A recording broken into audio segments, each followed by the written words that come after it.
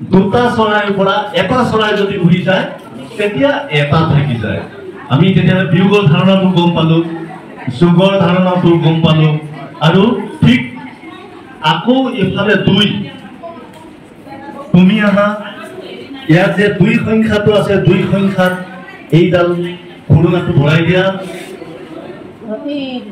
বঢ়িয়া এতিয়া আমি গম পালো এফালে কিমানডাল আছে দুডাল এফালে কিমানডাল আছে দুডাল দুডালে মিলি দুই দুই দুই যোগ আমি দুই যোগ দুই সমান 4 বঢ়িয়া তাৰমানে আমি এই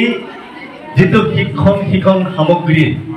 ইয়াৰ দ্বাৰা আমি বুজিবলৈ যথেষ্ট সহজ হৈছে তোমালোকে বুজি পাইছা মই গম পাইছো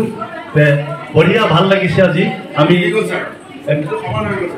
এতিয়া সমান হৈ গৈছে দেই এফালে দুটা মিলি 4টা একদম সমান হৈ গৈছে ওজনটো আমি বুজি পাই গলো নহয় এনেদৰে আমি সংখ্যাৰ জ্ঞানবিলাক শিকিব পাৰিম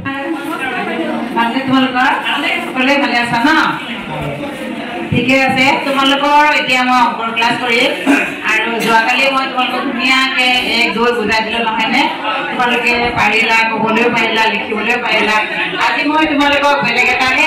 মানে অংকৰ কাম কিন্তু বস্তু এটা আনিছো ধুনীয়া বস্তু এটা আনিছো তোমালোকক দেখাবলৈ চোৱাচোন ভালনে কি বস্তু বাইদেউ চোৱাচোন অংকৰে বস্তু ইয়াত বহুতো তোমালোকে শিকিব পাৰিবা জানিব পাৰিবা আজি মই তোমালোকক এইটো বিষয়ে ক'ম হা এতিয়া চোৱা ইয়াত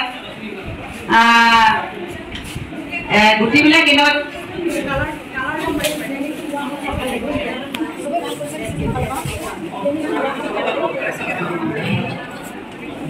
এয়া দেখিছানে ইমান ধুনীয়াকৈ আছে ইয়াৰ যোগেদি আমি বহুতো সুন্দৰ মানে কথা শিকিব পাৰিম